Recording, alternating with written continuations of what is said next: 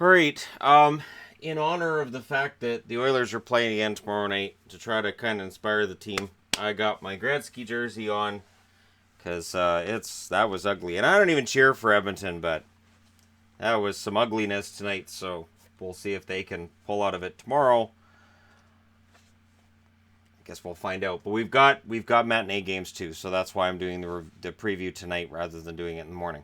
So let's go ahead and just jump into the start of this, which is Dallas and Winnipeg. Now, I talked about this both in tonight's review and I talked about it in the power rankings. I'm going to talk about it here. The 22-16-4 Dallas Stars head into Winnipeg against the 25-13-2 Winnipeg Jets, the suddenly looking kind of human Winnipeg Jets. And Dallas is a good test, and yet at the same time, Dallas has its own problems. Dallas is 6-3-1 in their last two. They've won two in a row. However, on the road, they're 8-11-2. Versus the West, they're 13-7-2. And yeah, I want to see that road record get better before I'm going to start really having faith that this is for real. And PTSD, I guess. Winnipeg 6-4 in their last 10. They lost their last game, of course, against Pittsburgh. At home, they're 13-6-2 versus the West. They're 15-8-1. So both teams have solid records against the West. Winnipeg has a really good home record. Dallas has the mediocre road record. This is a game Winnipeg should win. But will they? Well, let's take a look at the scorers and see where Dallas might be in good shape. Sagan is getting better. 15 goals, 23 assists, 38 points. Radulov's playing very well. 13 goals, 23 assists. Ben is hurt. 17 goals, 15 assists. Spezza, 6 goals, 15 assists. Heiskanen, 9 goals, 10 assists. Lindell, 6 goals, 11 assists. Both Devon Shore and John Klingberg have 5 goals and 12 assists for 17 points. Faksa, 7 goals, 9 assists. And Janmark, 3 goals, 11 assists to round out the top 10 for the Dallas Stars. On the Jets side of things, Wheeler, 6 goals, 44 assists.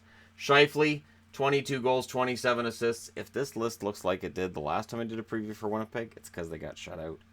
Line 24 goals, 7 assists. Byfuglien, 4 goals, 25 assists. Connor, 13 goals, 15 assists. Ehlers, who got hurt at the start of that game against Pittsburgh, 15 goals, 12 assists. Morrissey, 4 goals, 18 assists. Little, 6 goals, 14 assists. Trouba, 3 goals, 13 assists. And Perreault, 8 goals, 7 assists to round out the top 10 for the Winnipeg Jets. Goaltenders.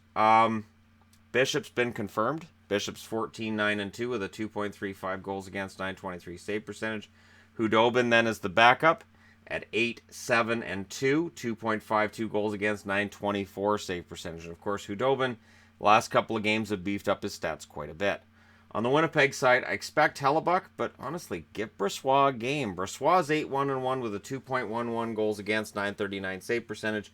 Hellebuck has been shaky. Hellebuck is not playing as well this year as he did last year, which is a little bit nerve-wracking looking at it as a Jets fan because the Jets, the year before last, of course, missed the playoffs, largely because their goaltending just wasn't able to elevate their game. Hellebuck 17-12-1, 2.89 goals against, 908 save percentage. So this is a dangerous game for Winnipeg. They're going to want to come out early and lay down the law. And if they can do that, if they can get ahead of Dallas, they can get in Dallas's head. Dallas on the road has been a bit of a misadventure. And I say that as a Dallas fan. Winnipeg needs to jump on them early. And everything should be okay. And if Hellebuck's in net, you got to get him a lead. So he can maybe help get some of that confidence going again. Because confidence is definitely an issue with Hellebuck. And honestly, with goaltenders, the whole psychology side of things is so huge with goalies. You almost need not just a goalie coach, but a goalie shrink to be with them.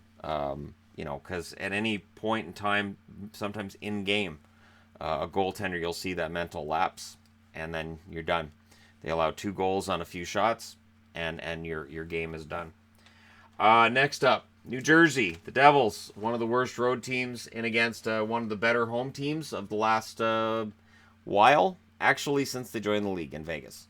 So on the face of it, right off the bat, you look at this and you say, well, 16-17-7 New Jersey and against 25-15-4 Vegas. This is a mismatch in favor of Vegas. Yes, but Vegas has won 5 in a row. They're 7-1-2. New Jersey's 5-4-1. They won their last game, and of course that was a shootout win over Arizona. So You'll take the win, but it's kind of a stinker, and it may not be what you wanted. On the road, as stated, New Jersey 5-13-3. It's been a bad year for them on the road. Versus the West, they're 7-4-4, which also is not a stellar record. It's above 500 technically, but it's not a stellar record. At home, the Vegas Golden Knights are 13-3-3 versus the East, they're 9-9-2.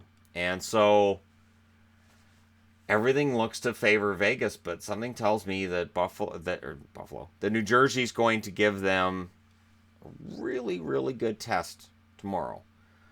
I think New Jersey is starting to believe just a little bit. They're starting to believe in themselves just a little bit.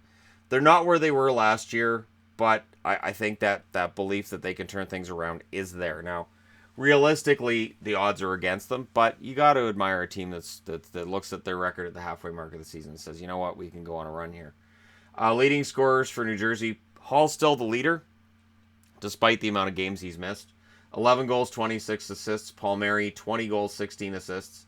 Hischier, 11 goals, 17 assists. Zajac, 10 goals, 13 assists. Coleman, 12 goals, 8 assists. Severson, 5 goals, 15 assists. Boyle, 11 goals, 5 assists for him.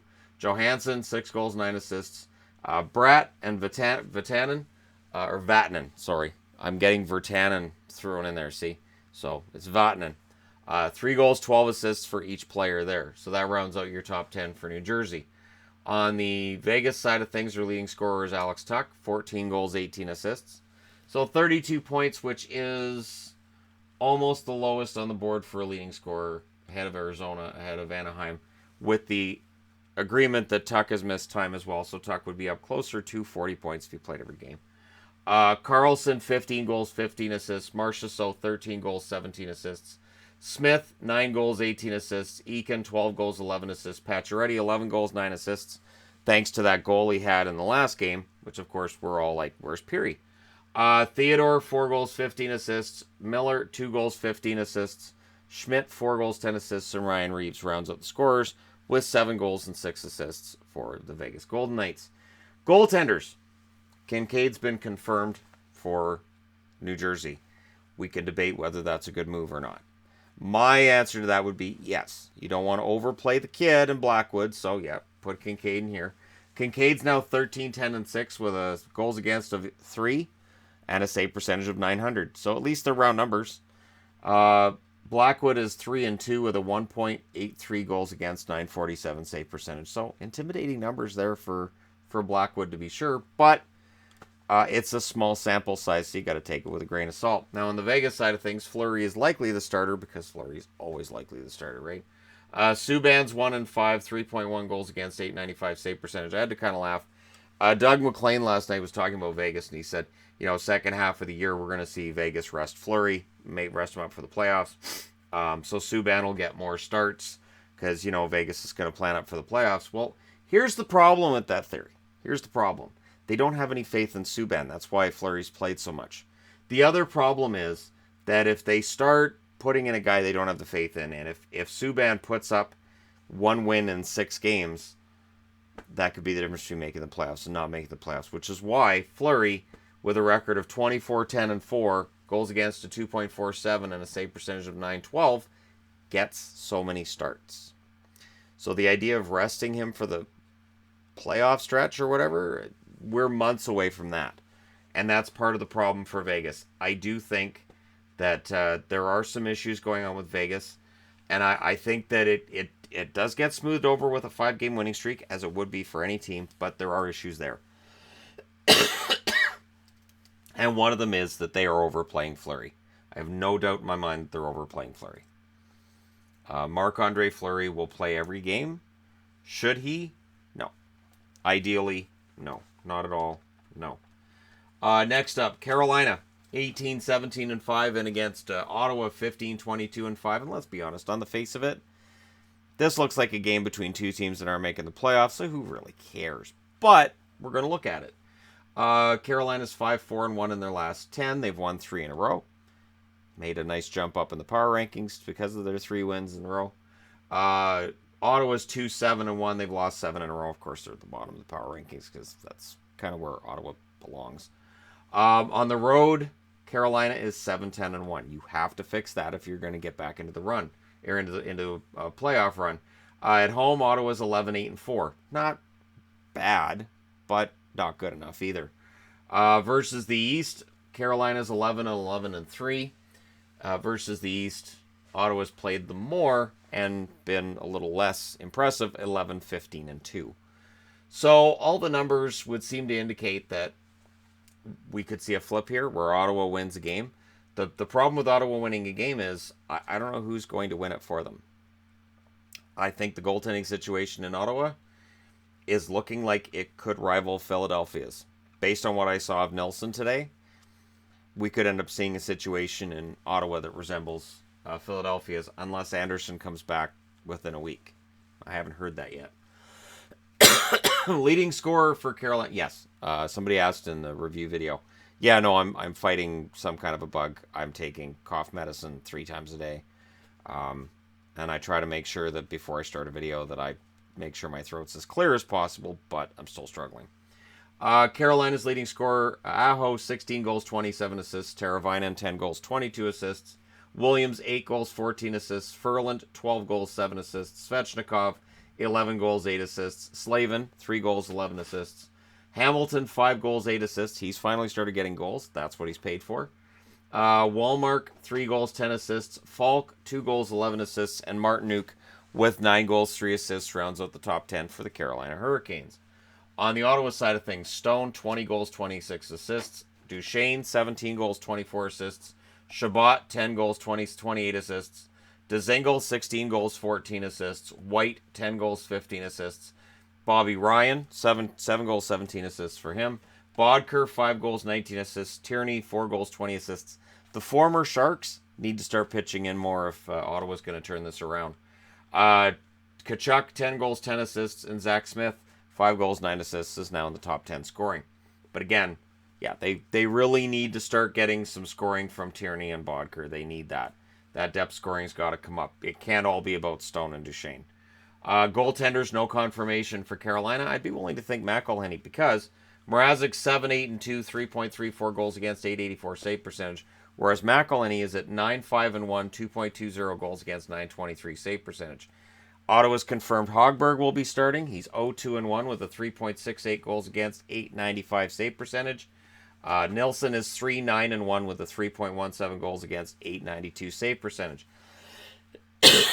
Now the bad news, especially, is Nilsson going into today's game had a save percentage of 895. It's now down to 892. This is not trending in the right direction. It's part of the reason Vancouver got rid of him and decided we'll bring up Demko. As much as it's about Vancouver getting a look at Demko, it's about realizing that Nilsson just doesn't have it. And there isn't really a nice way to put that. And what I saw in Ottawa today, again, was him struggling with rebounds, his positioning. And now, they're going with Hogberg again. Yeah, we'll see how ugly this gets. And just how much Anderson has to play when he gets back. I'm thinking almost every game. I'm thinking it'll be close. Next up. All right, Edmonton. I've got the Gretzky jersey on, the old-fashioned Oilers jersey. 19-19-3. Not going to get it done. They're in against the 19-16-7 Anaheim Ducks, who also have lost a lot of games lately. Now, they've been losing well, if that's a thing. And they've lost, in overtime here and there. They've been losing well. But this is a big test for both teams. Now, Edmonton comes in 2-7-1 in their last 10. They've lost their last game. Anaheim comes into this 3-5-2 in their last 10. They've lost 7 in a row, as I said. On the road, Edmonton's 9-10-2 at home. Anaheim's 10-5-7. Have at her. I don't know. Versus the West, Edmonton's 13-13-2. Versus the West, Anaheim's 9-10-4. This is a tough one to call. Does Anaheim drive to that 8th loss? Or is Edmonton the magic elixir that both Anaheim and my throat have been... No, we're not going there. That Anaheim's been waiting for. Just my throat hurts. Anyways, we're going to strike that from the record. All right. So Edmonton in against Anaheim, and both teams struggling badly. It's a battle of the meek. is what it is. And yeah, when you look at the scoring for these teams, there's not a whole lot of difference from the last time I previewed either of them. In fact, with Edmonton, they didn't score. So go look at that other preview video, and I'll wait for you. Oh, that's not how it works. McDavid, 23 goals, 38 assists. Draisaitl, 22 goals, 29 assists. Nugent Hopkins, 14 goals, 22 assists. Chason, 16 goals, 4 assists. Nurse, 5 goals, 13 assists. Clefbaum, 3 goals, 12 assists. Kara, 2 goals, 11 assists. Larson, 1 goal, 11 assists. And Benning and Lucic with 1 goal and 7 assists each. Russell also has a goal and 7 assists, but he's on the IR, so I figured I'd throw Lucic up there instead. And that's a huge part of the problem. Finding depth scoring, figuring out how this is all going to work, making sure you're maintaining your chemistry of Draisaitl and McDavid. And just, I remember at the start of the year, McDavid, Nugent Hopkins, and Ratty. Second line, you were going to have Draisaitl in there with whoever. Could have been Lucic. It didn't matter, right? The two-headed monster of Draisaitl and McDavid at center was supposed to be enough for the Oilers. During the last game, I heard the announcers talking about how Draisaitl and McDavid are together because they got great chemistry, and all I could think was they're together because they don't have an option. They're together in the Oilers because they just don't have another option that works. Leading scorers for Anaheim. Getzlaf's still there with 9 goals, 20 assists. Henrique, 8 goals, 15 assists. Montour, 5 goals, 15 assists. Raquel, also 5 goals, 15 assists. Raquel's been out for a while. Apparently he's working out. He's getting close, but no word yet on when he's coming back. Aberg, 11 goals, 8 assists. Kasha, same, 11 goals, 8 assists. Silverberg, 10 goals, 7 assists. Ritchie, 5 goals, 12 assists. Hampus Lindholm also has 5 goals and 12 assists. Sherwood, 5 goals, 5 assists. Rounds out your top 10 scorers with 10 points. Measly 10 points. Now, goaltending. All right, so what do you think, Edmonton? Koskinen again. He's now 12-8-1 with a 2.64 goals against and a .915 save percentage. That save percentage was in the .930 range not that long ago. Now it's down to .915, and he's been pulled twice in 3 games. Talbot 7-11-2 with a 3.23 goals against, .893 save percentage. I have a funny feeling he gets the start tomorrow. Gibson likely gets the start because he's 15-12-6 with a 2.6 goals against, .924 save percentage. Johnson's the backup. He's 2-8 with a 3.36 goals against, .888 save percentage. That, of course, is between Anaheim and St. Louis, but Anaheim has been very sparing in using Johnson. As much as they were sparing in using Miller, with Johnson, it's been even more so. So I would expect Gibson to be in net. Also because they're on a 7-game losing streak. They really can't afford to be messing around and putting Chad Johnson in net. They desperately need victories. Because Anaheim is threatening to fall out of the race already. Rangers. Rangers in against Arizona. Rangers are 17-6-7. Arizona's 17-21-4. This is another pick'em. This is another, good luck. 3 of them kind of in a row. It's like, okay, we're going to just drop these games on Sunday. The marquee games we'll have on Saturday. We'll just drop the other ones on Sunday. Rangers and Arizona. Yeah, I don't know. It's a cornucopia of not very good is what this is. This is what we're looking at. Last 10, Rangers are 3-4. They've lost 2 in a row. Arizona's 3-6-1 in their last 10. They've lost 3 in a row. Combined, they've won 6 of their last 20. Huzzah. And tomorrow they will combine to have won 7 of their last 22 because somebody has to win this. On the road, the Rangers are woeful, 6-11-2. At home, Arizona's woeful at 7-12-2. Yeah. Versus the West, the Rangers are 9-6-3 versus the East. Arizona's 6-11-2. But Arizona can beat the Rangers. I get the feeling Lundqvist starts tomorrow, and I just feel like Arizona, every now and then they'll have one of those moments where it looks like their offense is working and everything's looking great. And it feels to me like they're due for one of those games. They give you that glimmer of hope, and then they snuff it for 3 or 4 after that. Your leading scorers for the Rangers, 11 goals, 23 assists, belong to Zibanejad. Hayes, 10 goals, 23 assists. Chris Kreider, 20 goals, 11 assists. Vesey, 10 goals, 10 assists. Pionk, 4 goals, 15 assists. Nemesnikov, 4 goals, 11 assists. Fast, 5 goals, 9 assists. Zuccarello and Howden both have 4 goals and 10 assists. Hedel, 6 goals, 7 assists, rounds out the top 10 for the Rangers. On the Arizona side of things, Clayton Keller, 8 goals, 21 assists. He's their leading scorer. Schmaltz, 7 goals, 18 assists. Ekman Larson, 5 goals, 17 assists. Galchenyuk, 6 goals, 12 assists. Stepan, 8 goals, 9 assists. Richardson, 11 goals, 4 assists. Panik, 7 goals, 7 assists for him. Goligoski, 2 goals, 12 assists. Cousins, 4 goals, 9 assists. And Christian Fischer now has 10 goals and 2 assists. He's in the top 10 scorers for the Arizona Coyotes. But it's been a sad run for Arizona, and the fact that Richardson and Fischer are their top 2 goal scorers, it says a lot about the goal scoring for Arizona right now. Even Keller, who had a solid rookie year, he has not had a very good year so far. He's the number 1 scorer. When you look at 29 points and they've played 42 games, I think there was more offense expected out of him. Maybe going to the All-Star game, maybe playing with those All-Stars will give him that energy and that confidence, and he'll come back out of the All-Star break with a better game, and he'll score more. But guess what? It's not the All-Star break yet. Goaltenders, Lundqvist, 12, 10, and 7, 2.94 goals against, 911 save percentage. I expect him to start. Georgiev started the last game. He's now 5 and 6 with a 3.48 goals against, 895 save percentage. Hill's been confirmed as the starter for Arizona, which means Kemper's the backup at 5-11 and 3, 2.83 goals against, 911 save percentage. Hill, 7 and 4, 2.36 goals against, 915 save percentage. Kemper has a 911 save percentage and 5-11 and 3 record. Same save percentage as Lundqvist, who's 12, 10, and 7. It shows the goal support Darcy Kemper doesn't get. And their numbers have evened up between Kemper and Hill. But win-loss records, Hill's still ahead of him. So I'm sure Kemper is probably thinking, is it me? Am I the reason they don't get the goals? And Ronta is probably tapping him on the back going, it's not you.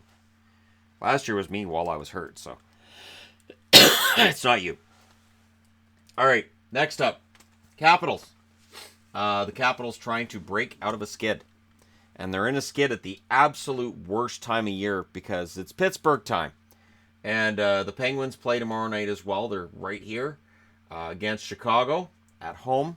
And Washington's in Detroit. And as the Nashville Predators learned last night, the Detroit Red Wings are a dangerous team. 24, 12, and 4 is the record now of the Capitals. The Detroit Red Wings are 16, 20, and 7. And they don't really have anything to lose, which is why they get kind of that record as a dangerous team. Even though they've been abysmal for over a month, they're still not a team that you want to take for granted, or you're taking the L, as Nashville did. 6-3-1 in their last 10. They've lost 3 in a row, have the Washington Capitals, whereas Detroit is 2-5-3 in their last 10. They won their last game. So they've only won 2 of their last 10, but they've only lost 5 in regulation. So glass half full kind of guy here. On the road, Washington's 12-6-2 at home. Detroit is 9-10-4. So all the numbers would favor Washington, absolutely.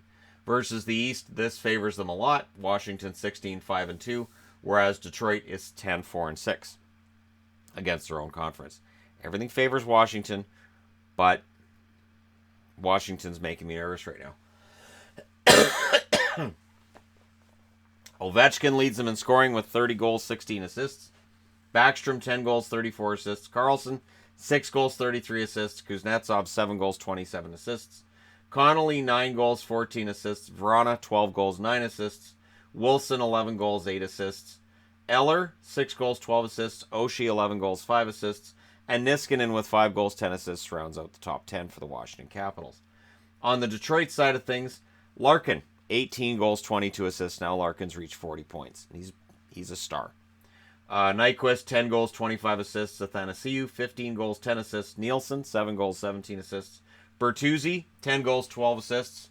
Vanek, 7 goals, 10 assists. Green, 3 goals, 13 assists. Cholowski, 6 goals, 9 assists. Mantha, 9 goals, 5 assists. Should be 10, but he didn't take the shot. Rasmussen, 6 goals, 7 assists. Rounds out the top 10 for the Detroit Red Wings. Goaltenders, no confirmations here. I kind of expect Holtby in this one. Holtby's numbers are very pedestrian for him. 15-10-2 with a 2.92 goals against, 910 save percentage, whereas Copley has better numbers. He's 9-2-2 with a 2.56 goals against, 915 save percentage. Is Holtby going to start losing starts the way he did last year with Grubauer? Or is that, when are we going to get to that point? Are we getting to that point? On the Detroit side of things, I expect Howard. Howard's 11-10-5, 2.77 goals against, 917 save percentage. Whereas Bernier's 5-10-2 with a 3.57 goals against, 892 save percentage. And there is a marked difference between the way Detroit looks in front of Howard and the way they look in front of Bernier. Which I don't know if that's on Bernier or if it's confidence with Howard, what it is. But there seems to be a difference in the way they play, depending on who's in net. I got grilled on that last year when I said it about a team that they played better for one goaltender than the other. But that's the thing. And I think, again, and this may be the difference between Bernier and Howard, they have faith that Howard's going to make the save. They may be a little bit shaky about whether or not Bernier is going to make that same save. So they change the way that they play on the ice. It's not something with the coach either. It's something that the guys kind of wouldn't say out loud, but it's kind of we better play back a little bit more. We better cheat on the defensive end because we don't know if Bernier is going to make the save. We know Howard probably does. So it changes your game. It causes you to be a little more timid. And that's where when people say, like I said about Kemper, he doesn't necessarily get the goal support. Maybe Arizona doesn't have the faith in Kemper that they have in Hill. And that may very well be what it is. But it's a tricky thing, and once you get into that kind of a pattern, it can be really hard to break out of it. All right, last game of the night is Chicago in against Pittsburgh. And this is a complete and total mismatch, right? Not necessarily. Again, I know Chicago lost a couple of games in a row at the end of this past week, but I thought they played well. And I think that they're going to have a better second half than they had first half. I don't think they make the playoffs, but I think they're going to have a decent second half. They're 15-21-7. So they could be 7-8 games over 500 in the second half of the season and still easily miss the playoffs. Pittsburgh's 23-12-6, and they're intimidating. Chicago's 5-3-2 in their last 10. They've lost 2 in a row. Pittsburgh's 9-1 in their last 10. They've won 8 in a row. And it has been an absolute demolition the last few games by Pittsburgh. Pittsburgh's just getting better. On the road, Chicago's 7-12-3. At home, Pittsburgh's 12-7-2. So that favors Pittsburgh. Versus the East, Chicago's 5-8-3. Versus the West, Pittsburgh's an amazing 13-3-1. That favors Pittsburgh. Your scoring leaders for Chicago, Kane, 23 goals, 28 assists. Taves, 16 goals, 21 assists. DeBrincat, 18 goals, 15 assists. Saad, 11 goals, 12 assists. Gustafsson, 8 goals, 15 assists. Strome, 9 goals, 10 assists. Anisimov, 7 goals, 11 assists. Cahoon, 6 goals, 11 assists. Keith, 17 assists, so he's still waiting for that first goal. And Seabrook, 4 goals and 11 assists to round out the top 10 for the Blackhawks. On the Pittsburgh side, Crosby, 19 goals, 32 assists.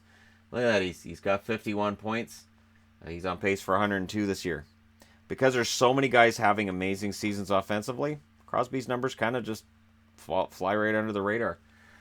Kessel, 17 goals, 29 assists. Malkin, 13 goals, 30 assists. And I will say, I haven't mentioned it in videos, but Malkin's play may very well be influenced by ongoing situation in Magnitogorsk, his hometown.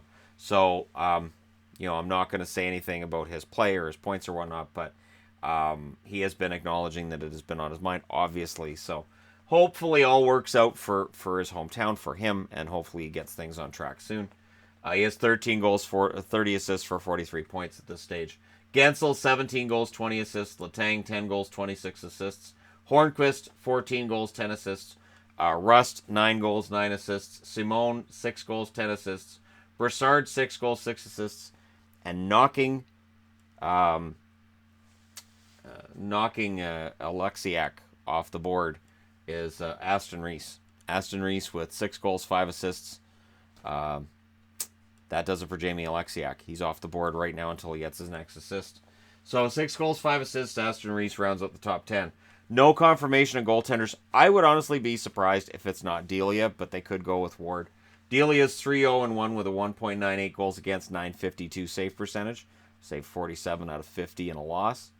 Ward 6-7-4 with a 3.85 goals against, 888 save percentage, and his performance against Boston I thought was adequate in the Winter Classic, and I think he's earned at least another start. We'll see if they do this against Pittsburgh. I don't know that I'd throw him against Pittsburgh, but do you throw a kid in against Pittsburgh with the way they're playing right now? I would expect Matt Murray tomorrow because Murray's been playing really, really well. DeSmith is 12-6-4 with a 2.40 goals against, 926 save percentage. Murray is now 11-5-1 with a 2.89 goals against, 913 save percentage. So I know there are detractors for Matt Murray. I get it. But either way, let's say Murray goes back to playing like he did at the start of the year. DeSmith's playing pretty well. So Pittsburgh's in a really good spot right now. Could they get upset by the Blackhawks tomorrow night?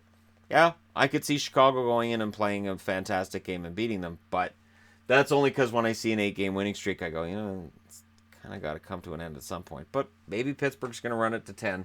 Maybe we're going to hear in a couple of weeks about how they're taking a run at that 17-game winning streak they had all those years ago. But that's a long ways off, right? So let me know your thoughts in the comment section below, as always. Don't forget to hit like and subscribe if you're browsing your way through. You just happened upon this video, and hey, thank you guys so much for watching. I'll talk to you again soon.